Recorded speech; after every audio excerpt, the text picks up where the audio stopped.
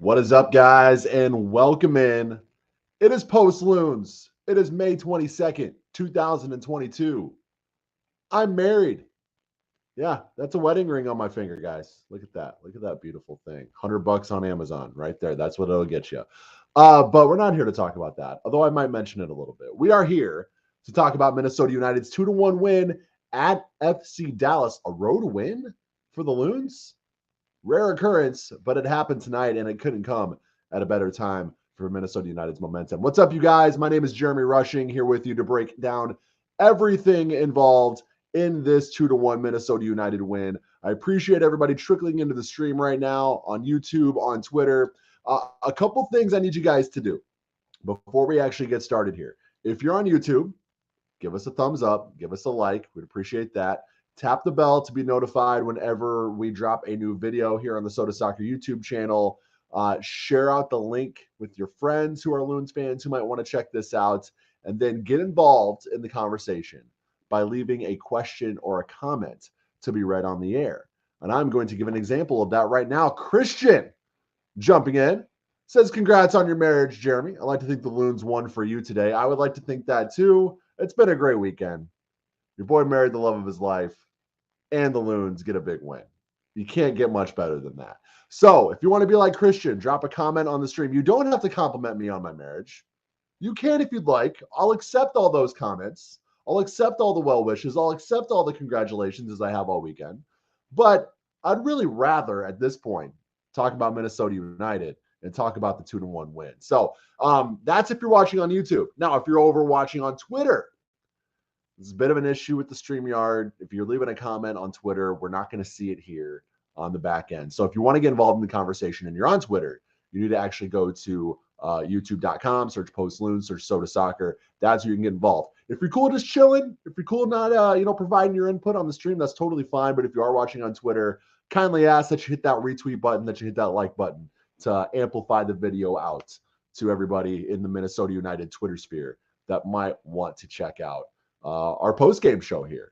We go live after almost every Minnesota United match. It's not going to be every match this year, unfortunately, but we're here with you live for post-game coverage analysis. Oftentimes, I have a co-host. Tonight, that is not the case, but that's okay. When we roll solo, we rely on the community to provide the questions and the comments and the input and all the hot takes. So again, if you're watching on YouTube and you want to get involved, make sure you leave a comment on the stream as we get going here. But I'm going to get started, like I always do, with my three things.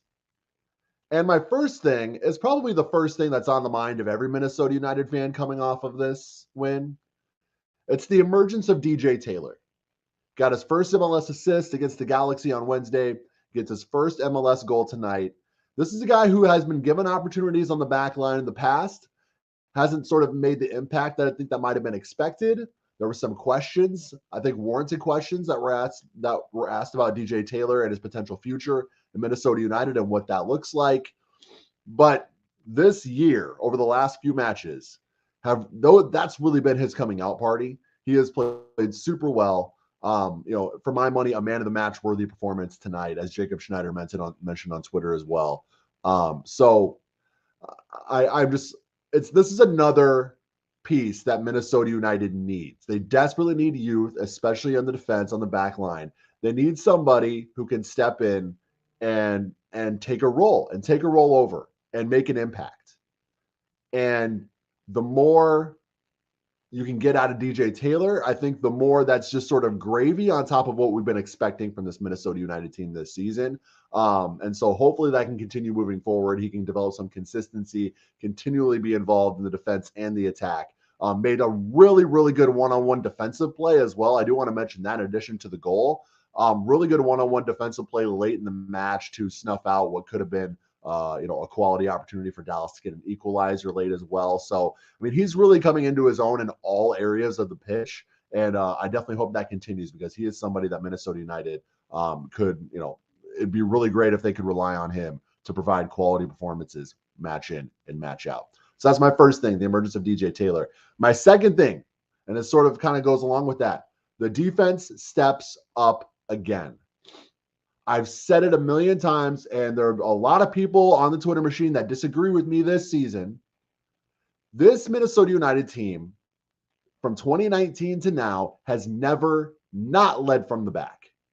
Yes, they've filled out the roster in the midfield. They've filled out the roster in the attack. But the core of the base of this team and how they go is based off the play of their back line. Quality defensive performances, oftentimes, not always, but oftentimes turn into 3 points for the Loons. And this season, they've really been able to rely on that back line to provide quality performances, match in and match out. You talk about consistency. The personnel on the back line could not have been more inconsistent in the early part of this season. There were so many different backline combinations, I lost count. But they have really found a grouping here of players, a rotation, not only a starting four, but a rotation that works as well.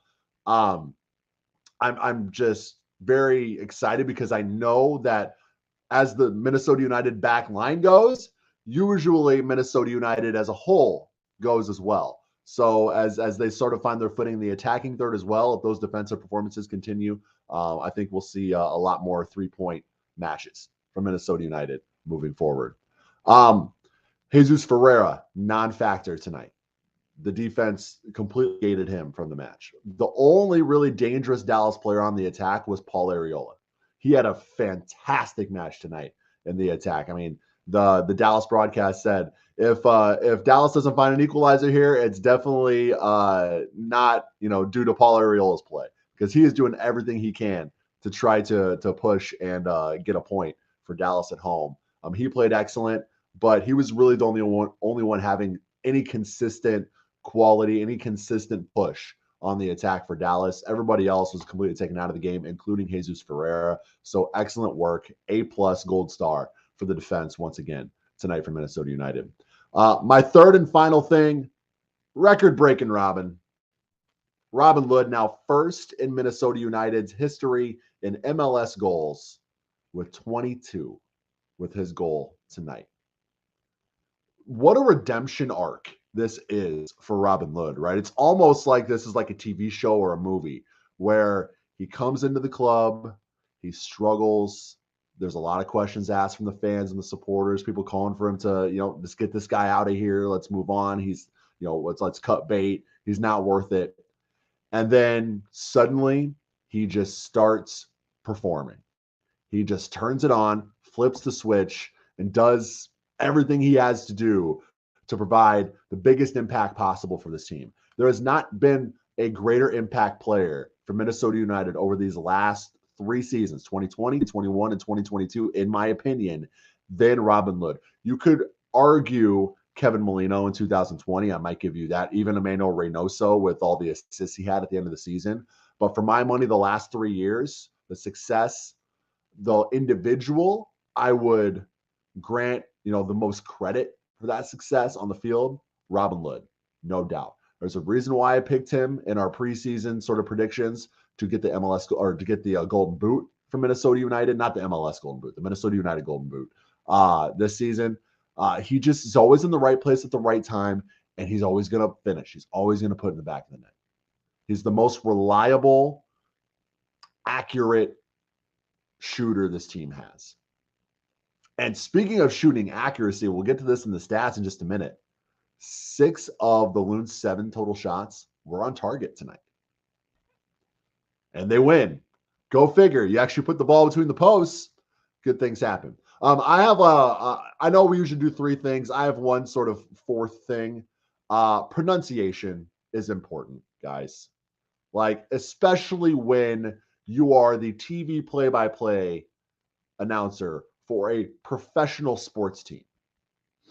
You have to know the pronunciations, not just for your team, but for the opposing team as well.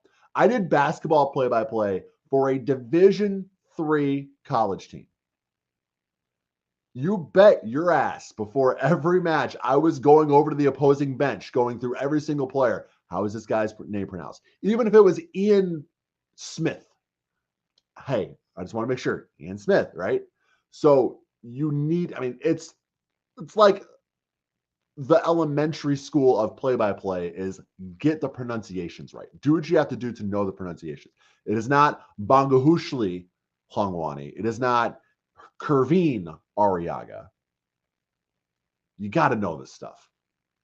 As a former play-by-play broadcaster, it's so cringy to me that the Dallas play-by-play could not get these names right.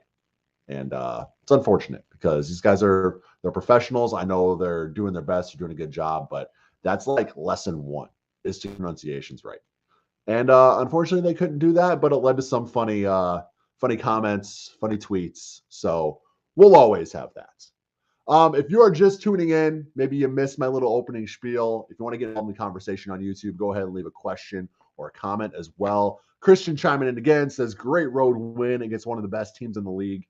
We gave them their firsty home loss. I know that was probably a typo, but I like that. Their firsty home loss of the year. Yeah, this is an FC Dallas team who actually has been very, very high quality at home, beating the likes of Seattle, the likes of Austin at home this season, among others. LA Galaxy, I believe they beat at home this season. I believe they like trounced them at home too. So it's really it's a big win in the standings. And it's a big win for momentum, and it's a big win for confidence because this is a team. This is not the FC Dallas teams of some of the past years that have sort of been cruising mid-table for the most part, that have some bad losses. Like, this is an FC Dallas team that actually been pretty consistently good so far this season. And you went on the road and you got 3 points. Christian finishes off, says, that alone excuses the fact that we barely held the ball. DJ Taylor, my man of the match. I will give the other team the ball. I would give them 85% possession every single match. If you tell me, hey, when the Loons get the ball, they're moving forward and they're getting a shot on target. I would rather give up 85% of possession and get 6 to 7 on target than have 85% possession and take 19 shots and get 3 of them on target, which is what Dallas had tonight. So soccer is one of those matches where possession doesn't always mean success. It's actually one of the sports where sometimes, I would say oftentimes, but I'd say it's probably 50-50. There are a lot of teams who give up possession, but take advantage of their opportunities. That's what Minnesota United did tonight. They gave up possession in a big way tonight, and they had success. And that's not the first time that Minnesota United has done that. When Minnesota United gives up possession, traditionally, they seem to do it pretty well for the most part. But thanks for the comment, Christian. If you guys have more questions and comments you want to drop in the stream, go ahead and drop them in now. But I'm going to kick things off with our, thanking the people who make SotaSoccer.com, post Loons, 10,000 pitches possible. And one of those is our friends over at 9th Street Soccer and Coffee. Part indoor soccer facility, part coffee shop over at 9th Street Soccer and Coffee.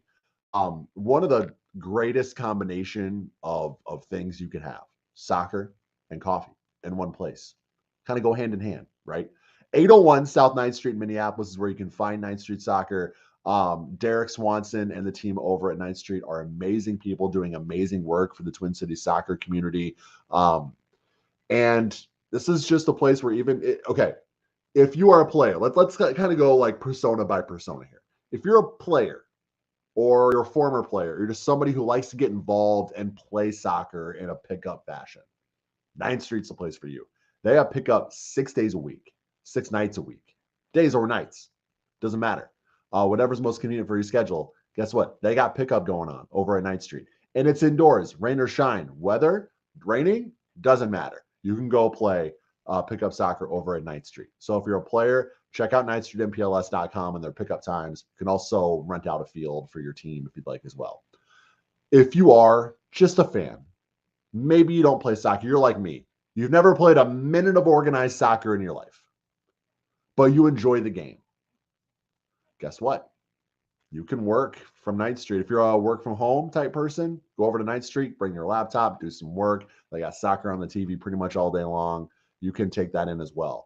I know the Premier League season is over, but I believe the Arsenal, the MPLS Gooners would always go to 9th Street for their matches as well. So it's just a cool atmosphere. It's a good place to go watch a game. I've been there for Minneapolis City matches. I've been there for Minnesota United matches. It's just a good place to watch soccer as well, in addition to playing it. And as I mentioned, if you're a coach or you're an AD or you're somebody who like, hey, we want to get our kids some indoor time on the pitch, you can rent out a field at 9th Street. If you're a parent and your kid's into soccer and you want to sort of rent out the field for a birthday party or some sort of group outing, you can do that as well. It's all available at 9th Street in addition to the amazing line of coffee that they have there as well. So it's 801 South 9th Street, Minneapolis. You can check them out online at 9thstreetmpls.com. You can see down below, spelled out NINTHSTREETMPLS.com, or you can follow them at 9th Street MPLS on Twitter and Instagram. Cannot thank our friends over at 9th Street Soccer enough for helping us out with sotasoccer.com and Post Loons. All right, I see some more comments entering the chat. Nick says, is it me or is Minnesota especially susceptible to goal of the week candidates? Yeah, I mean, I talked about Areola. What a goal from him.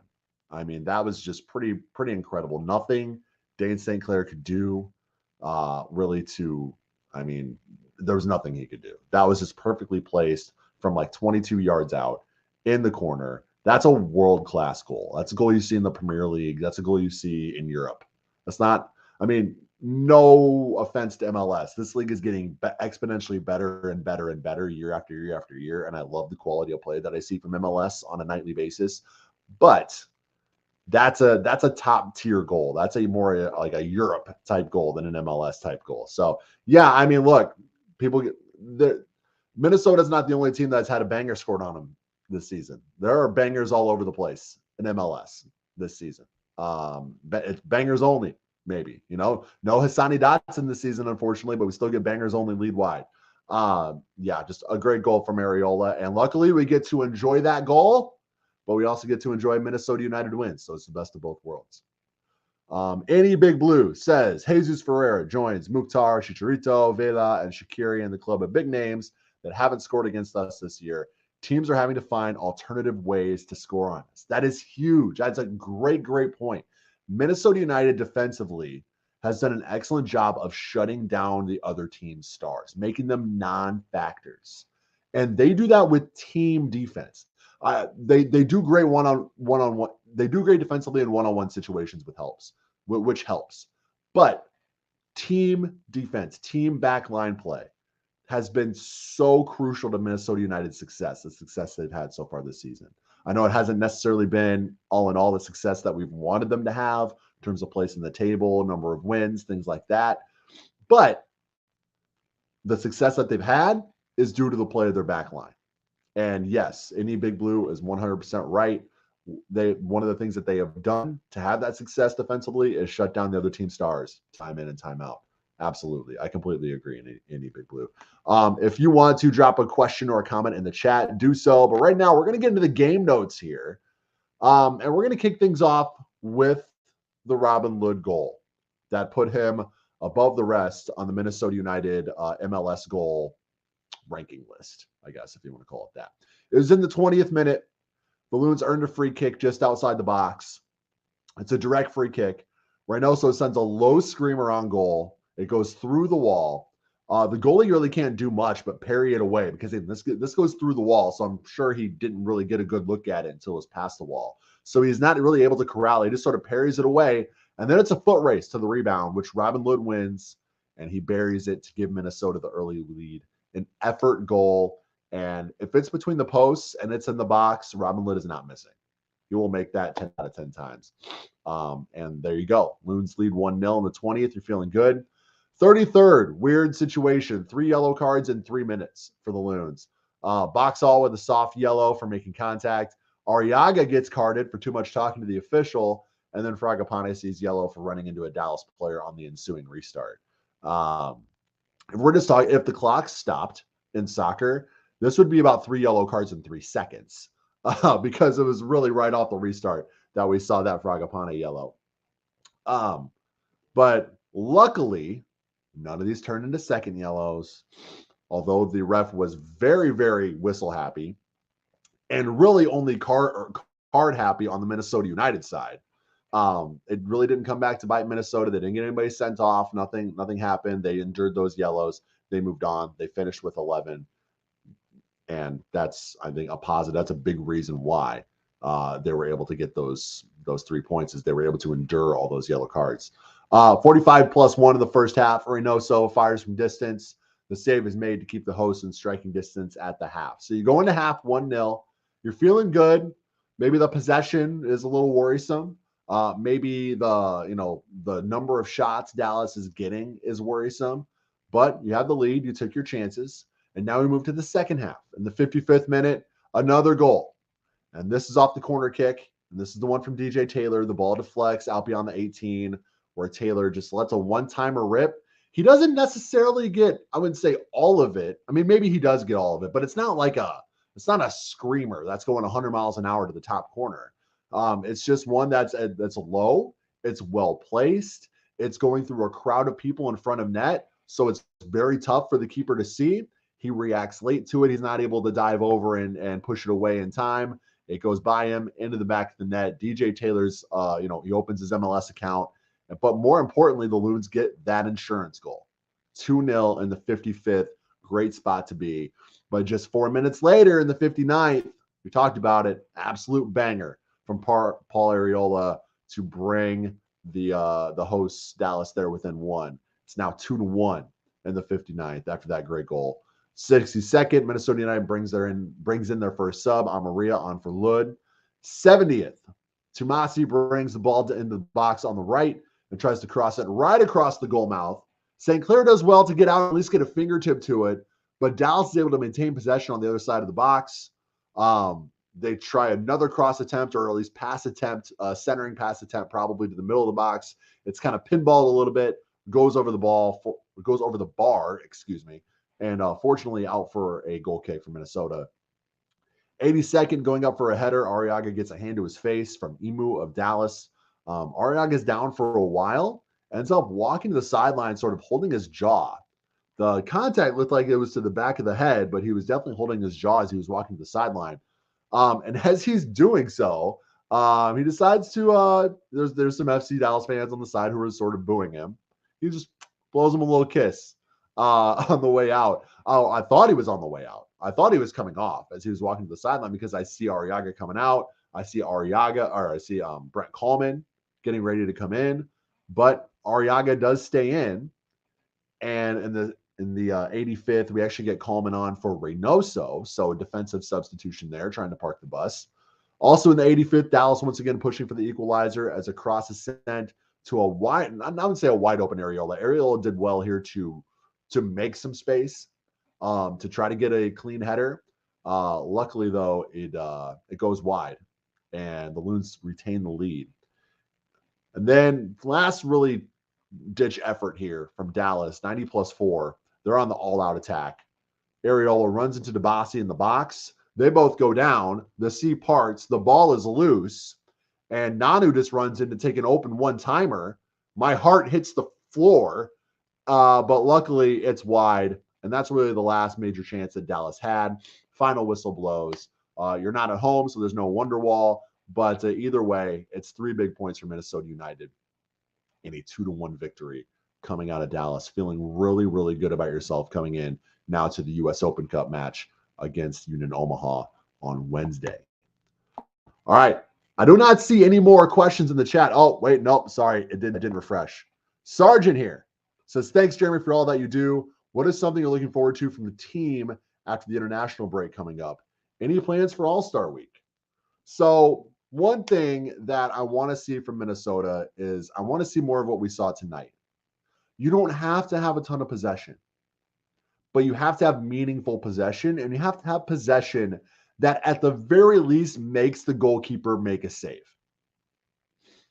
There have been so many times where Minnesota United, I said it on the last Post Loons, on the last episode of 10,000 Pitches. I call them nothing counters, where Minnesota United will either hit a counter attack or they'll get out on the break, and things are looking good. They'll have numbers. They'll be, it'll be 3-on-3, 4-on-3, 3-on-2, whatever it is. And they don't even end up with a shot on target in that situation. And it's very consistently frustrating to see that the midfield is doing their job. The defense is doing their job. But the final ball, that final piece of the puzzle, is just not there. Tonight, though, it was there for the most part. 7 shots, 6 on target. I will take that over what we saw on the other side with Dallas, 19 shots and 3 on target. They're left scratching their head going, what the heck happened? We put every ball we could towards goal, and only 3 of them were in between the posts. But Minnesota United do take advantage. So I don't need to see a ton of possession. I can see 35% possession for all I care. But you have to make the most of your opportunities. 85%. Dallas showed it tonight. 80, whatever their possession was. I actually have it on the notes here. It might help if I actually look up the stats that I'm talking about, huh? Possession, 67% possession for Dallas tonight. 2/3 of the match, Dallas had possession. An hour. They had possession for an hour. What did they do with it? 3 shots on target. You have the ball for 60 minutes and you put 3 shots on target. Minnesota United, 33% possession. They have the ball for half an hour. They put 6 shots on target. That's the game. That's the game right there. Obviously, the 2-1 is the game, but that really, I think, is where this game was won. Meaningful possession. That's one thing, in my opinion, Minnesota United has lacked. That's one thing they showed tonight that they can produce. So I want to see that more consistently moving forward. Give up possession. Just take advantage when you get the ball at your feet. That's what you got to do. Thank you so much for the comment, Sarge. I see a lot of you tuning in right now. So if you're on YouTube, please drop a question or a comment. It doesn't matter. It doesn't have to be a question. It could just be an overall comment, takeaway, ask me a question, whatever it is, whatever you guys want to do, whatever you guys want to throw in the chat, go ahead and make that happen. Also hit that thumbs up button if you're watching on YouTube as well. So we just went through the game notes. One thing I do want to do before we hit into some bigger picture things is shout out our big friends over at Stimulus Athletic. Stimulus Athletic, they were the first people to come on board and say, you know what, we want to support what you guys do with 10,000 pitches. They've now done that with sotasoccer.com and Post Loons. We literally could not do what we do and pay writers, pay content creators at sotasoccer.com without the help of Stimulus Athletic. They are local. They just opened their new store in downtown Minneapolis. It really is a great local company doing great work for local, national, and international clubs. Jason Mora, may have heard of him, former Minnesota United star. He decided to plant his roots in Minnesota and start a company that provides quality game gear and apparel at affordable prices. So if you're a coach, you're an athletic director, you own a club, you're a player of a club, then you guys could use some new uniforms, whatever it is. Hit up Stimulus. It costs nothing to have the conversation. The consultation is free. They'll tell you what they can do for you. And get the process started. Think ahead for next season. If you're involved in a school program, think ahead for the fall or the spring. Get ahead of the game now. You don't want to get to August and say, oh man, here we are wearing the same plain white kits that we've had for a billion years that are uncomfortable and they're itchy and nobody enjoys wearing them. Take advantage of what Stimulus Athletic has to offer. Just talk about it. StimulusAthletic.com, and you click the Get Started button. And then after you do that, you know what you do next? Yeah, you know what you do next. You let them know that Jeremy from Post Loons sent you over there. So that way we get the credit over here. Also, though, if you're not involved in a club, maybe that doesn't apply to you at all. Maybe you're just like, I'm a fan. I love watching Minnesota United. I love cool kits. So I may go out and buy one of these kits that Stimulus Athletic is creating for one of these clubs, but I'm not involved in a club. So how does Stimulus Athletic affect my life? Right? Go to their website and check out their athleisure wear. I kid you not. This is stuff you can wear no matter the situation. You can wear it out to a nice restaurant. You can wear it to the gym. You could wear it laying on your couch on a Sunday. It doesn't matter. This is comfortable. Just like the uniforms, comfortable, it looks great, and it provides value to your life, actually. My life actually is legitimately, this is no joke, It's actually a little bit better since I started wearing Stimulus Athletic athleisure wear. I don't have to like worry about what I'm wearing, where I'm wearing it, because that athleisure wear works in pretty much any situation. So again, Stimulus Athletic. Oh, wait, got it this way. StimulusAthletic.com for quality game gear, apparel, and athleisure wear at affordable prices. Big thanks to our friends over at Stimulus Athletic. All right. So bigger picture items now. We're looking ahead. Saw some great things tonight. But Wednesday's a big one. Round of 16, U.S. Open Cup against Union Omaha. Now you're thinking, okay, Union Omaha, League One team, minor leagues. This is where we can rotate guys. Easy win. It'll be like New Mexico, 6-0. We'll be good. Not so fast. Because if you have watched Forward Madison this season or watched USL League One at all, this is a league that is getting so much better year to year to year. It is super impressive to see where USL has come as a whole, USL Championship, USL League One.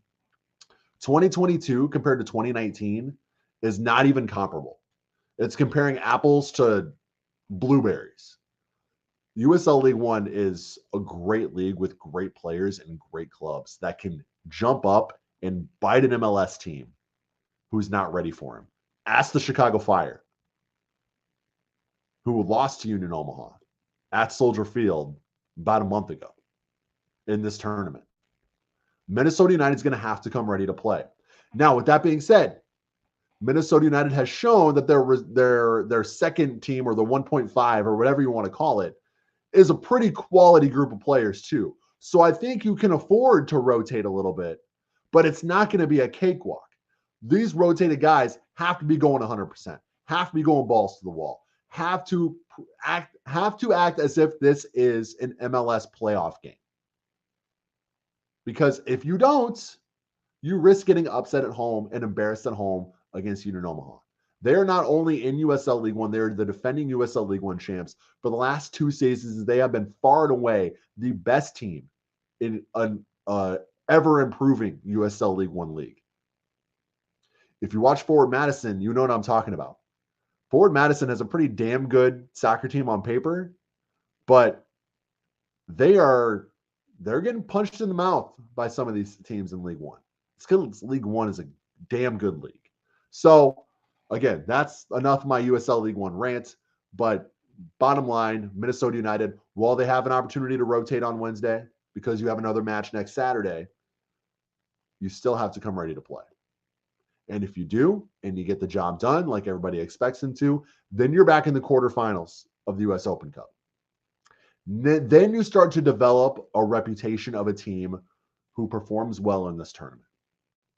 And that provides value. If you can be a consistent, successful team in the U.S. Open Cup, in tournaments, in cup competitions, that provides value to your club. I mean, you literally make money for doing well in the U.S. Open Cup. But it also attracts transfers. It also puts you on the map from a marketability standpoint. So it's a big opportunity for Minnesota United to solidify themselves as one of those consistently dangerous U.S. Open Cup teams. They got a big win tonight to help them out in the MLS standings and to help them out just in confidence in MLS moving forward. There's another opportunity to do that on the U.S. Open Cup side on Wednesday. And I think they got the horses to do it. I think the 1.5 team, if you want to call it that, is fantastic. They showed that against Forward Madison. They showed that when they've been called upon. I mean, look at what Inman UFC 2 is doing. After starting 0-2, they're now 5 unbeaten. They're actually 5. They've technically won 5 in a row. 2 of them have been in penalties, though. So that's technically not counted as a full win in MLS Next Pro because they got some weird rules. But I'm just saying you have a good opportunity on Wednesday to make a statement and to get more confidence and playing time for some of those guys. And that playing time, that pitch time in this sort of high pressure environment, that's super valuable moving forward at the end of the MLS season too, when you guys will pick up knocks, guys, there will be reserves who are called upon. That pitch time they get now, that's super valuable for when those times hit as well. Christian jumping back in the chat, he said, Watch Peoria City beat Minneapolis City and St. Croix SC this weekend. Dom was onto something with his preseason predictions. It's going to be a learning year for the Crows. Yeah, I mean, I guess we can switch gears for just a second and talk lower league. Very interesting USL League 2, MPSL, UPSL, all really exciting leagues this year. And I think the jump to USL League 2, there's going to be some growing pains for Minneapolis City, as we're seeing right now. But I think maybe not this year, but I think moving forward in the long term, they'll be fine. But yeah, a learning year for the Crows. I completely agree. Any more Minnesota United related comments? Go ahead and drop them in the chat before we get out of here. We've been here about 35 minutes. I just want to thank everybody, honestly, for checking out at sotasoccer.com and checking out the Post Loons stream and interacting. It's awesome getting to talk to you guys after these Minnesota United matches. Like I'm not at Allianz. I do have a press credential if I wanted it, but I enjoy doing the post game show. I don't think I'd be able to do the post game show at Allianz Field. So that's why I sit here in my basement and I do this post game show, because I enjoy doing it. I love interacting with the Minnesota United community. Hopefully we bring you something that you want and that you're looking for. And we're always looking for feedback on how we can improve this stuff, guys. Like this is an ever evolving, thing, this Post Loons. So if you guys have anything you like to see, any other pieces of content you'd like to see, any ways that you think we can improve Post Loons here, go ahead and hit us up on Twitter. We're at Sota SOC. That's SOTA SOC.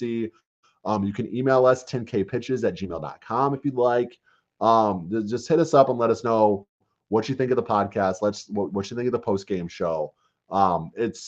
It's awesome to get to sit here, as I mentioned, and just chat with you guys. And I appreciate all the congratulations. Again, if you didn't see it before, your boy's married now. He's got a wife. I'm old. But yeah, I think moving forward, Minnesota United's in a good spot. I think we saw some things that they can build on tonight. One last comment. Dan, jumping in. Dan the man, we're finishing off with you. Maria has to be looking at Wednesday as a chance to get right, don't you think? If it's not going to be Wednesday, I don't think it's going to be anytime. But I think he needs to change the way he plays, too. He plays with his back to goal, which in this 4-2-3-1 is not how you want to play. You need to be making runs. You need to be looking to get in behind the center backs, in between the center backs, near post, far post. You need to be looking to get in behind if you're a striker. But that's not how Maria plays. He is just looking to sit there in the middle of the box, try to find a soft spot, and get the ball and turn and shoot. It's obviously not working. But that also could be a scouting error on Minnesota United's part too, that maybe a guy who plays like that is not productive in this system. So I don't know if it's on Maria. I don't know if it's scouting. I don't know if it's both. But he has to change the way he plays. It doesn't matter who he's playing. It doesn't matter if he's playing Union Omaha, Minneapolis City, St. Thomas, Maple Grove High School. It doesn't matter. If you play with your back to goal when you should be trying to make runs, you're not going to have success. You're just not. You're not going to score goals that way, or many. You may, like we saw earlier this season, get that service that you need in a one-off shot and find the back of the net, sure. But it's not going to lead to consistent success and consistent output. Strikers make runs, especially in a 4-2-3-1. They need to create their own opportunities, not have opportunities created for them. And Amaria does not play that way. And it's just sort of trying to fit a square peg into a round hole right now. And that's why you see him. He's coming in as a hold-up striker when Minnesota United's up a goal. That's his role. Hey, if we're winning, we're going to throw you in at the end of the match to hold things up. We're not looking to you to score. That's what Adrian Heath basically told Luis Maria tonight. We're not looking for you to score. Think about that for a second. DP. Well, technically a DP this year. I don't think he will be next year, if he's on the team at all. But anyways, that rant is where I will end Post Loons tonight, guys. Thank you so much for listening. Thank you so much for tuning in. Thank you for all the congratulations. Thank you for everything, for all the, I mean, it makes it so much fun to do this when you guys participate the way you do and react the way you do. And of course, it's so much better after a win, right? It's just so much better to do these things. It's so much more fun after a win. So I appreciate it, you guys. Thanks again. Have a great rest of your Sunday evening. Have a great week. And no post Loons on Wednesday, not after Open Cup. But Dom and I will be recording an episode of 10,000 Pitches right after, and then we'll be back on Saturday for another episode of Post Loons. All right? Enjoy your night, guys. See you later.